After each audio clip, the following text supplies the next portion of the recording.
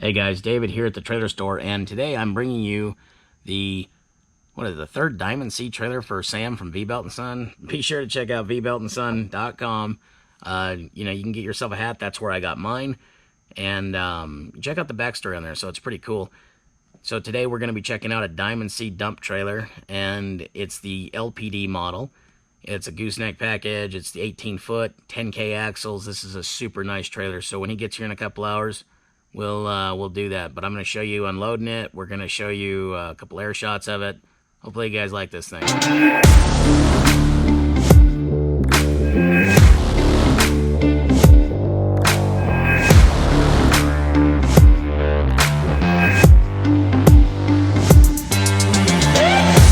Alright, I don't know if I need to introduce myself. My name is Sam. V-Belt & Son's my YouTube channel, and it is actually our business name and stuff.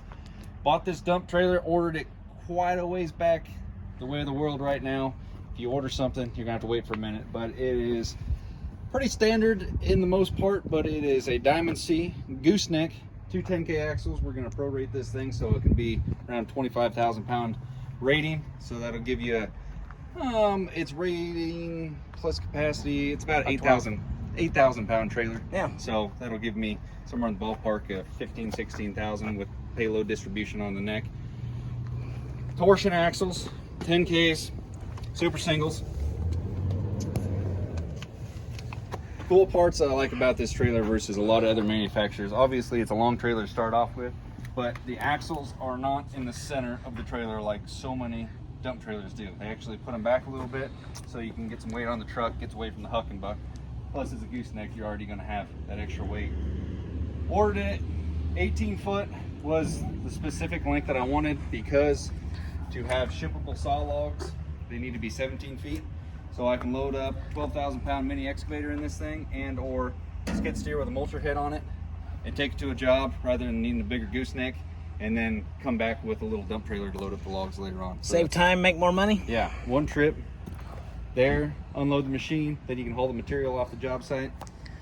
It does has a couple cool options that are standard. You know, it's actually got the flip doors. They appear to be decent weld on the bottom of them there, so you can get the ramps out so that you have your, what's it called, a skid steer package. You got the hidden ramps. I've seen some companies calling it that. I don't know if Diamond C does. These are standard on this one. Yeah. Yeah. But I like how it's got, versus mine where it's just a pin that blocks it in. Oh yeah, super and sketchy. the doors are nice. Yeah. Got their drop leg jacks. Getting it now. Go ahead. Go ahead.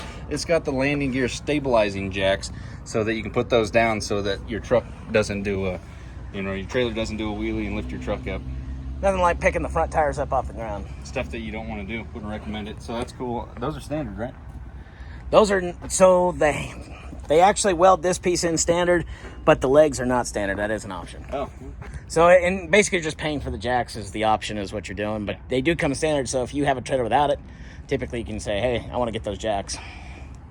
Neat thing, it is engineered beam, which means in the areas that you don't need, well, basically they just spread this longer.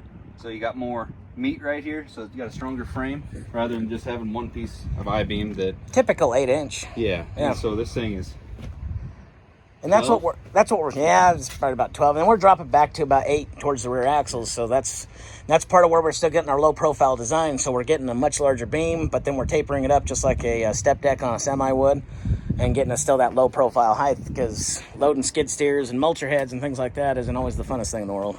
especially lower your center of gravity when you're hauling this stuff around versus my current dump trailer, which has, it does good, but there's a lot of issues that I have with it.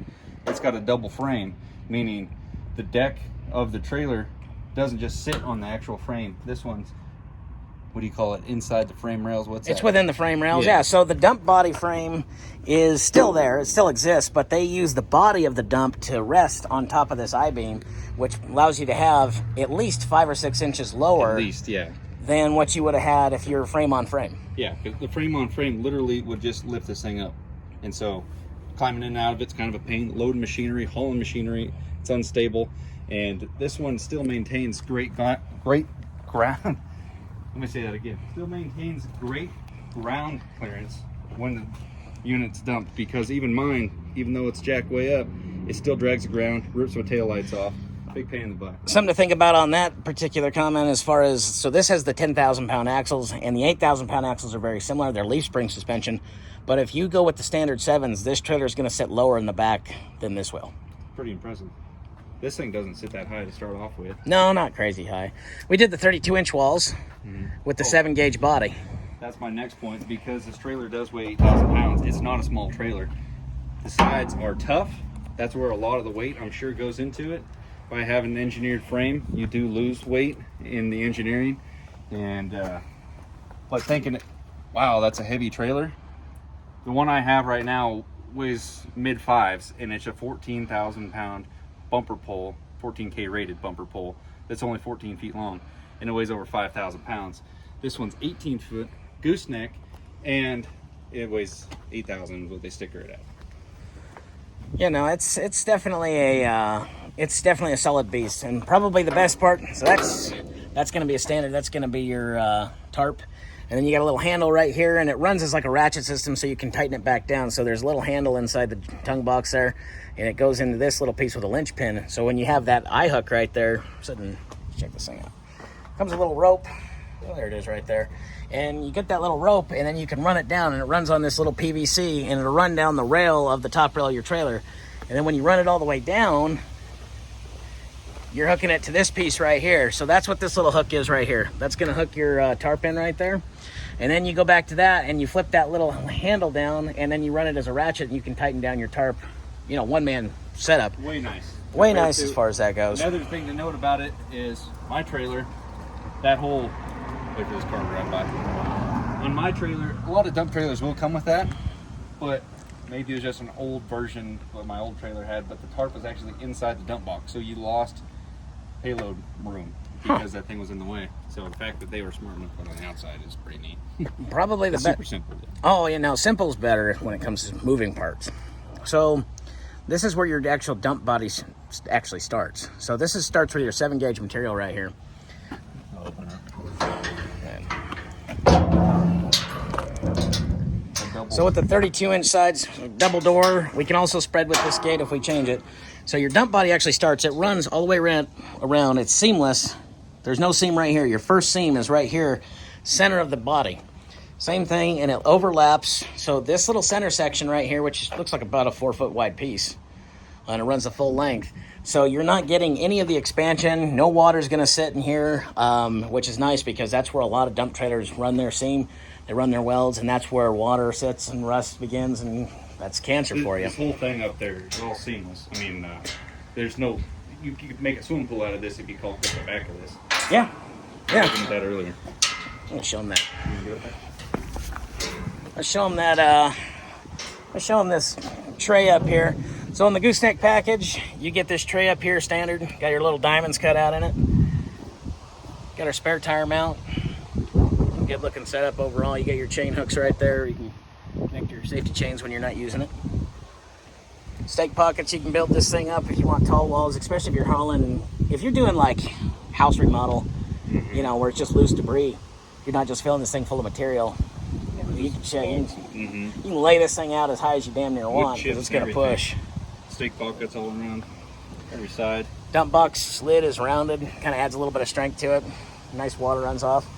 It's this is a nice trailer overall. Hydraulic jacks, so I mean you have no excuse on a trailer with hydraulic jacks, especially when you get the snow season. You always want to face a trailer in the snow season if you can.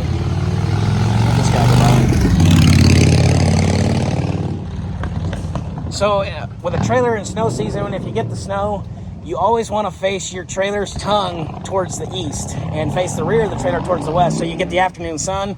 That way all the snow melt is going to just run right out. And if you get this trailer just high enough, or you can lift it up in the air a little bit, it'll run all snow load out of it. 82 in between the sides? 82 inches between the walls on a 10K axle, 81 inches on an 8K axle. So you lose a ½ inch on each side on one of those. But this is 82 inches is the same width as an equipment trailer. So like the little buddy trailer, same width in between the walls. So, 12 feet. Yep. I'll say one thing on the video because someone's going to question if you got 10K axles, you got 12K axles, you got 16K axles. Why is this thing not just a 20,000 pound rated trailer. You've got 2 10s, 10, 10, 20.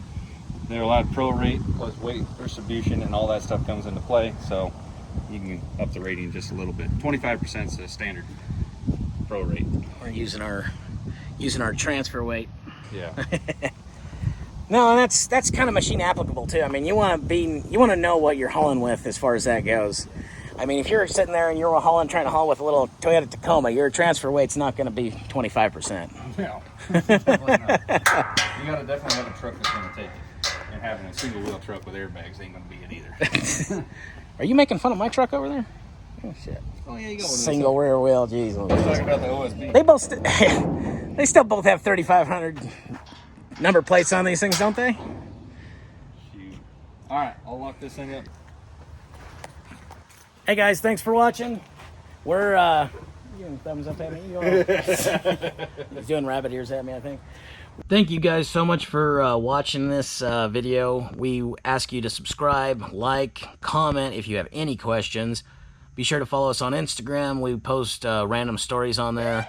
And then, of course, we'll post some hacks and things like that if you continue to subscribe. There are a lot of cool trailer things that we've learned over the years that we don't share too much, but we start sharing them for you. So you guys, thank you so much again. Have a good day.